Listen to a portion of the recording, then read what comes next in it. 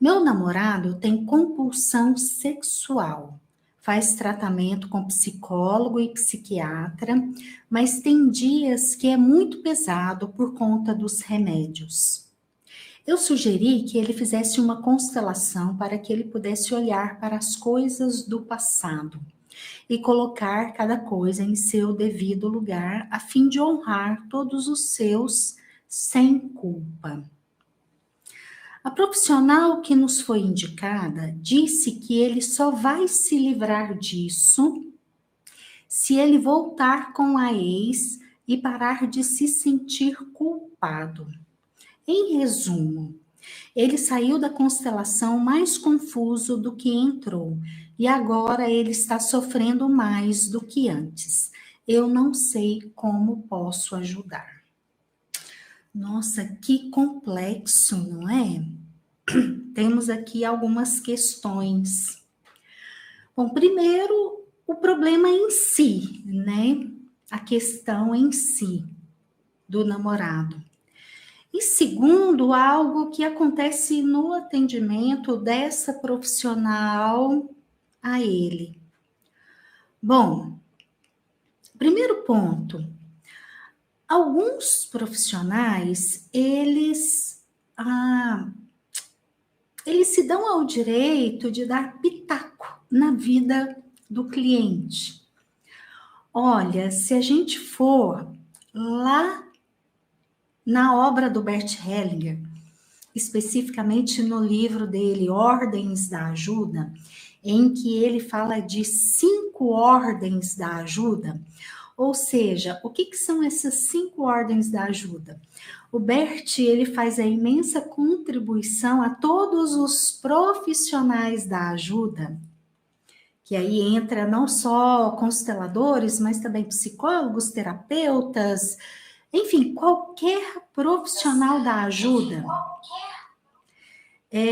Inclusive outras áreas, tá? Médicos, assistentes sociais, enfermeiros, enfim, qualquer pessoa que se preste a esse papel da ajuda ao outro. Então, ele coloca lá 5 ordens da ajuda, em que ele, na verdade, pega as 3 leis da ordem do amor e faz uma leitura dessas 3 leis para esse enfoque, né, focado ali para o trabalho dos terapeutas, dos consteladores, dos psicólogos, principalmente. E quando o profissional se coloca nesse lugar de falar exatamente o que o cliente tem que fazer lá na vida dele, o profissional está indo contra, não sei exatamente, me falha a memória se é a 4ª ou a 5ª lei da ordem da ajuda, tá? Depois tem que ir lá e dar uma olhadinha. Mas o profissional, ele está ficando em desordem em relação a uma das leis da ordem da ajuda, que é aquela em que fala que o profissional não é pai ou mãe do cliente. Porque somente pai e mãe de filho pequeno pode virar para o filho e falar, olha, faça isso e aquilo. De resto, ninguém mais tem direito de olhar para a vida do outro e falar algo desse jeito. Somente os pais podem falar algo desse tipo tão direto. De resto, ninguém mais pode falar isso a respeito da vida do outro. Mesmo quando, e principalmente quando, alguém paga para o outro por um serviço. Esse outro não pode fazer isso em relação à nossa vida, tá? O máximo que se pode fazer é talvez dar uma sugestão, mas deixando muito claro que o poder de autonomia, ou seja, o poder de decisão, é do cliente. Então, profissional algum pode fazer isso com o outro. Agora, vou falar aqui específico sobre o conteúdo ali da pergunta,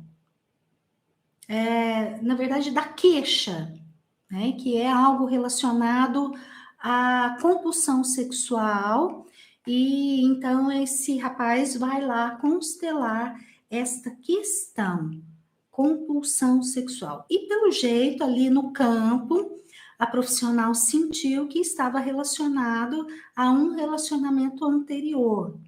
Bom, relacionamento anterior, a gente obrigatoriamente para resolver um sintoma aqui na vida atual. Então eu tenho que ir lá e voltar a viver com aquela pessoa do passado?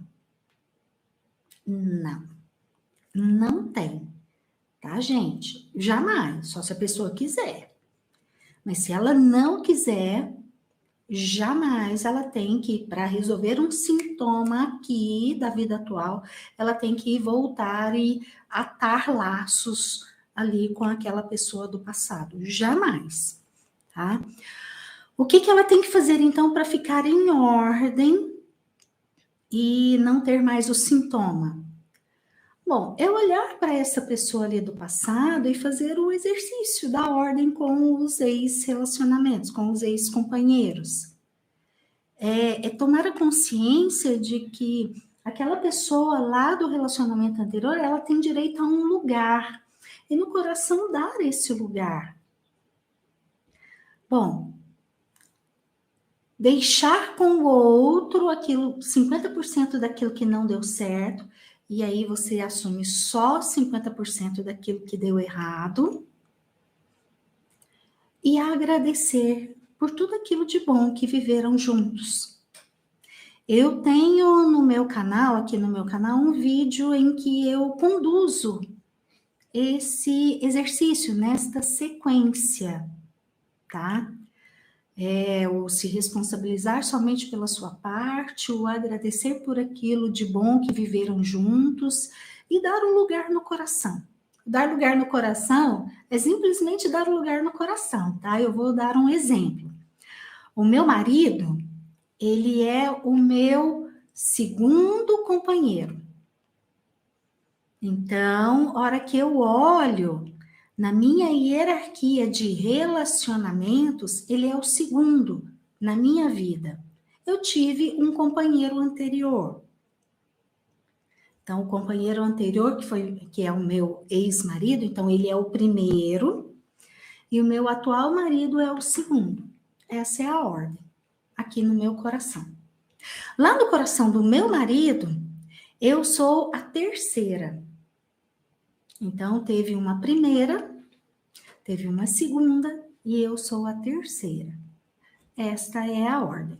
Então, isso aqui é dar a ordem, e simplesmente isso. Não é que, eu tenho um primeiro marido, então eu tenho que ir lá voltar a me relacionar com ele. Não, jamais, gente. Inclusive, nem precisa, se não tem nenhum contato, se não tem nenhuma conversa, nenhum vínculo hoje, nem precisa, tá? Por exemplo, com o meu primeiro marido, eu não tive filhos. Então, hoje, a gente praticamente não conversa, a gente não tem o porquê conversar. Ele tá lá cuidando da vida dele, com aquilo que é dele, eu tô aqui cuidando da minha vida com aquilo que é meu, pronto e acabou. Não temos assunto para conversar, então não conversamos praticamente. Agora, o meu marido, ele precisa, por vezes, conversar com a segunda e, por vezes, com a primeira. Por quê? Porque ele teve filhos com elas. Então, tem ali alguns assuntos, apesar de que hoje esses filhos são adultos. Então, praticamente também não tem assunto ali a ser conversado. Então, ele praticamente não conversa. Então, esse exercício de dar o lugar é só no coração, na intenção. Com respeito, eu dou o lugar porque aquela pessoa foi importante para mim, ok?